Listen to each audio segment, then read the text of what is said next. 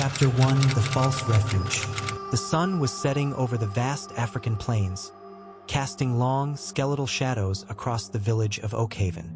Amara, a 19-year-old girl with eyes as sharp as a hawk's, stood outside her small mud brick hut.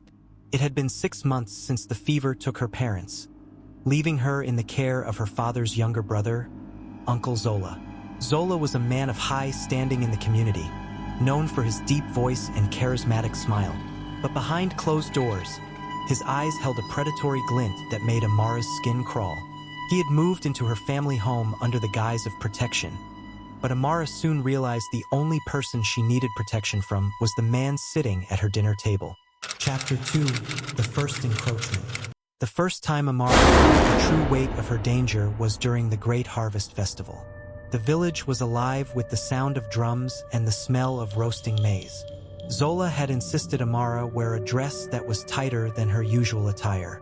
That night, as she was cleaning the kitchen, Zola approached her from behind. The air grew thick with the smell of palm wine on his breath. "You look more like your mother every day, Amara," he whispered, his hand reaching out to brush a stray hair from her neck. His touch felt like a burn. The escape. Amara didn't freeze. She intentionally knocked over a heavy ceramic pot of water. The loud crash and the splash of water on Zola's expensive boots made him jump back in anger. "Clumsy girl," he barked.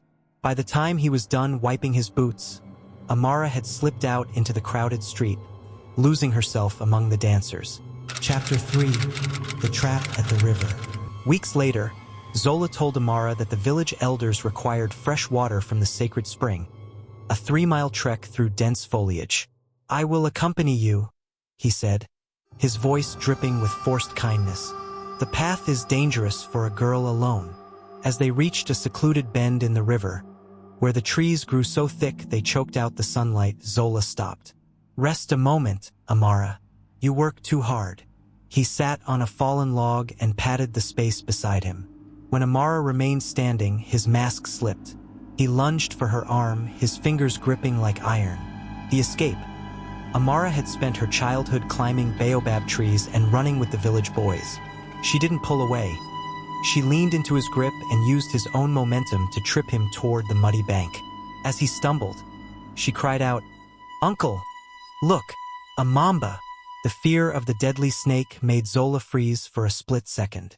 That second was all she needed. She sprinted through a shortcut in the thorny brush that she knew he was too large to follow. Chapter 4: The Night of the Storm. The tension reached a breaking point during the season of heavy rains. Thunder shook the very foundation of the hut. Amara had taken to bartering her chores with the neighbor's son in exchange for a heavy iron bolt, which she secretly installed on her bedroom door. Zola, fueled by frustration and drink, pounded on her door that night. "The roof is leaking in my room. Amara, cannot sleep. Let me in so we can fix the thatch together." His voice was no longer kind. It was a command. The escape. Amara knew the bolt wouldn't hold forever against a man of his size. She didn't scream. Instead, she spoke calmly through the wood. "Uncle, I've already moved the grain sacks against the wall. If you open this door, the water from my leaking window will ruin the entire winter supply.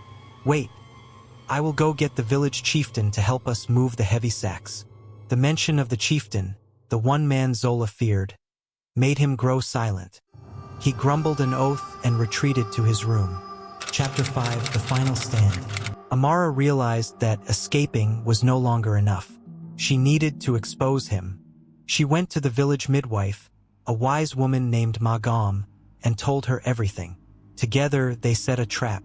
Amara told Zola she would meet him in the old barn at the edge of the property to apologize for her behavior. Zola, thinking he had finally broken her spirit, arrived with a triumphant smirk. But as he stepped into the barn and began to voice his dark intentions, he didn't realize that Magam and 3 village elders were hidden in the hayloft above, listening to every word of his confession. When Zola moved to grab her, the elders stepped into the light. The shame was immediate. In their culture, the betrayal of a brother's daughter was an unforgivable sin. Ending the new dawn. Zola was banished from Oakhaven, sent to live in the dry lands beyond the hills. Amara remained in her family home, but she was no longer the orphan people pitied. She became a symbol of strength. She had faced the predator in her own home and, through wit and courage, had emerged unbroken.